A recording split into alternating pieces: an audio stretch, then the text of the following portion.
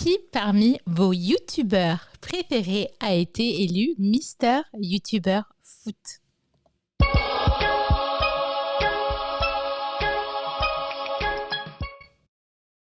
Привет, c'est Johanna Swan. Aujourd'hui, on va parler Mister YouTuber Foot.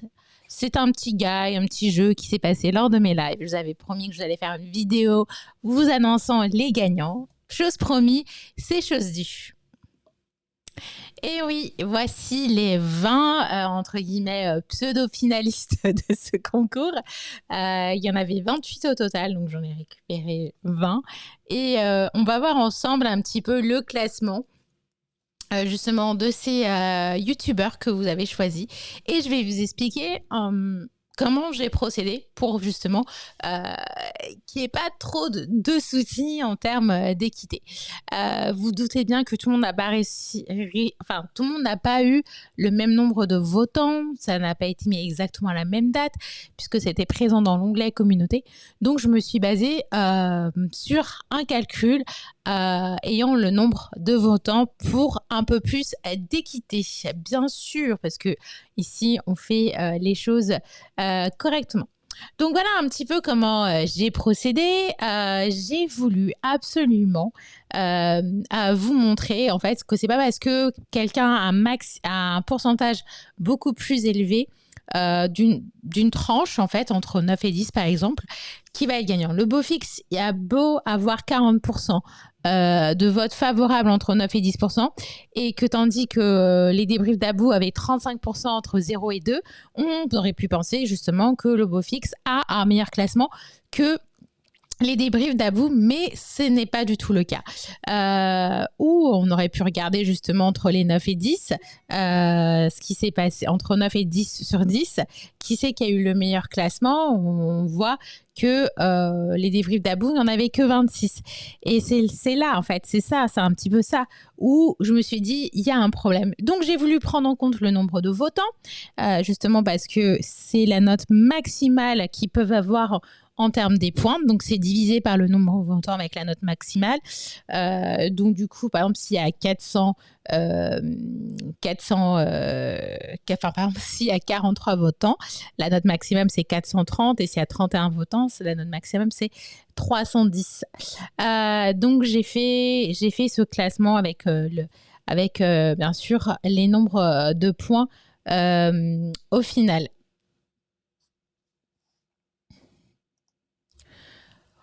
Chose très importante que j'ai faite, donc j'ai pris par exemple le nombre de points qui était très très important.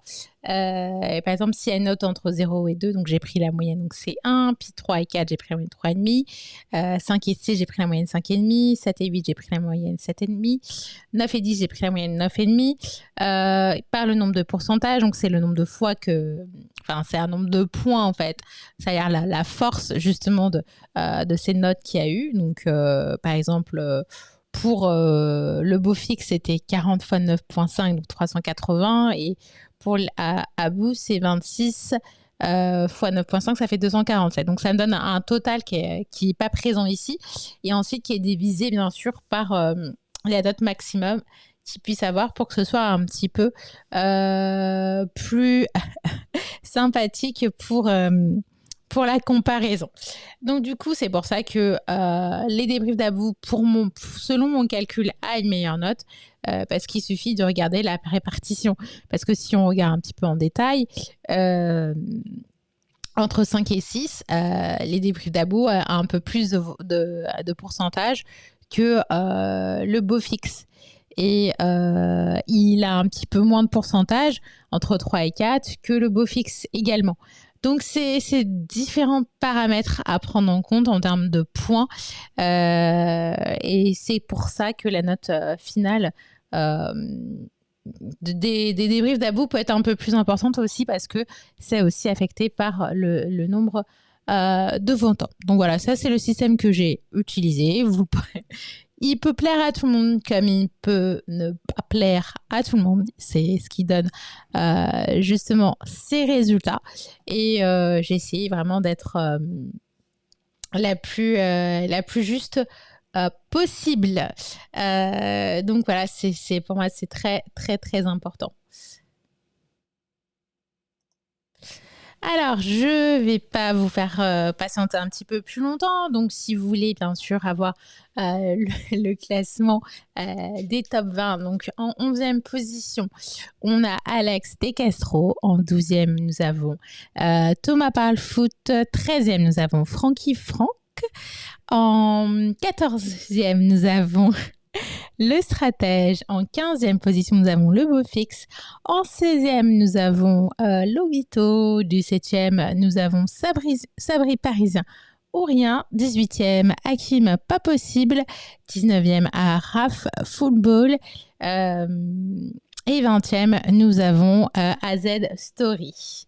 Donc, je ne vais pas vous faire épargner un petit peu plus de suspense plus longtemps. On va continuer justement avec le top 10, c'est ce qui nous intéresse un petit peu plus.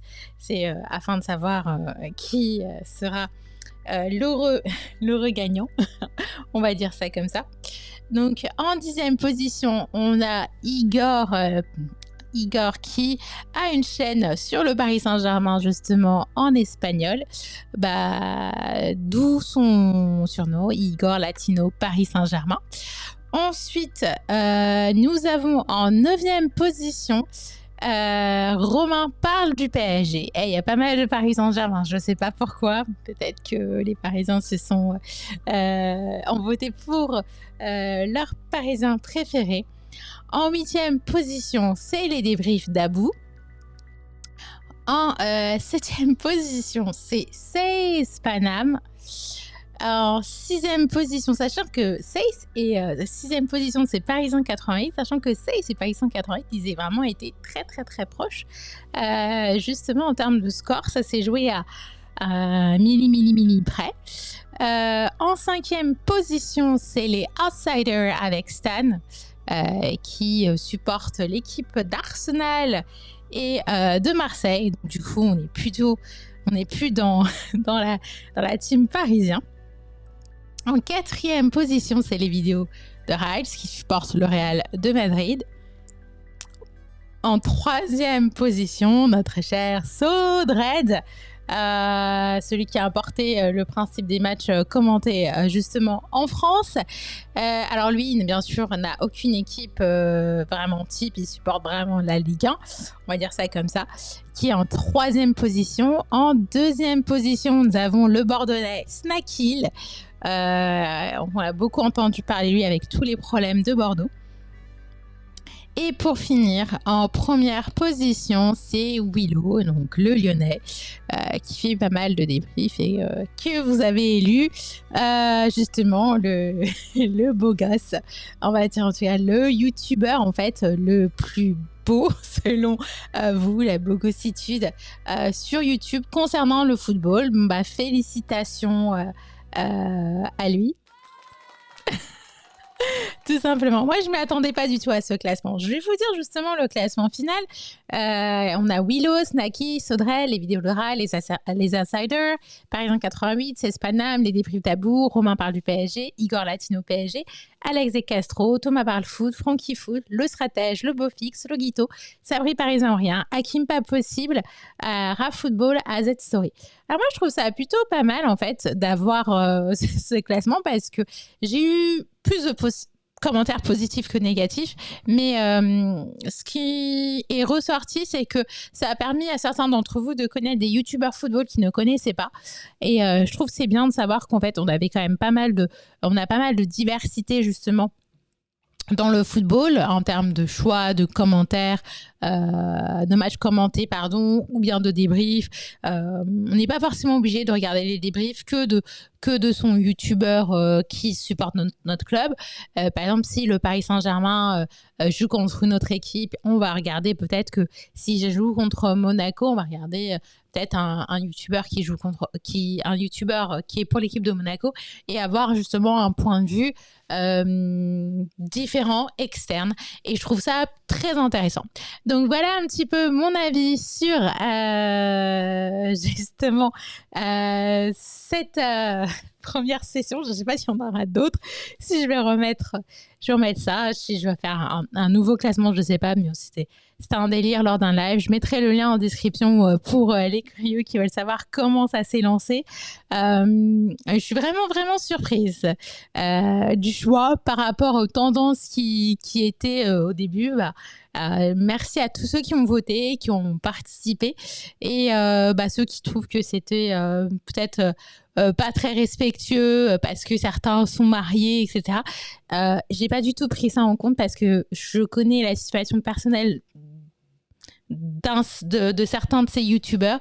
Certains veulent le mettre en avant, d'autres le mettent pas en avant. J'allais pas commencer à choisir ceux qui sont officieusement célibataires ou pas. C'est un mot bogositus, vous l'employez comme vous voulez. C'est pas forcément que sur... Je pense que bogositus, c'est pas forcément que sur la beauté, c'est aussi... quand je vois qu'il y a quasiment 80 personnes qui ont voté pour des youtubeurs, je me dis pas il y a 80 personnes qui sont intéressées par la jante masculine. Je me dis aussi c'est aussi en termes de sympathie, d'attache, et puis c'est dans l'humour et il faut pas tout prendre au premier degré. Et si j'ai pu blesser quelqu'un, j'espère que j'ai blessé personne. De toute façon, j'ai tagué les youtubeurs. Les youtubeurs, ils sont même venus vers moi, on a discuté en privé, ils savent que c'est un jeu. Ils trouvent ça marrant pour la plupart. Donc, si ça plaît pas à quelqu'un, j'en suis désolée. Moi, j'ai juste fait ça pour le fun. Il y a déjà eu des classements qui ont été faits justement sur les plus beaux youtubeurs parisiens. Donc, moi, j'ai juste été un petit peu plus généraliste et je vous ai laissé la possibilité de vous exprimer et justement de voter également. Si cette vidéo, elle t'a plu, n'hésite pas justement à mettre un j'aime ou à la partager, de t'abonner à ma chaîne si ce n'est pas encore fait et de cliquer sur la petite cloche. Comme ça, tu recevras une alerte, une belle petite notification, comme on dit, de mes prochains lives, de mes prochaines vidéos. Et surtout, porte-toi bien et surtout, peace and life!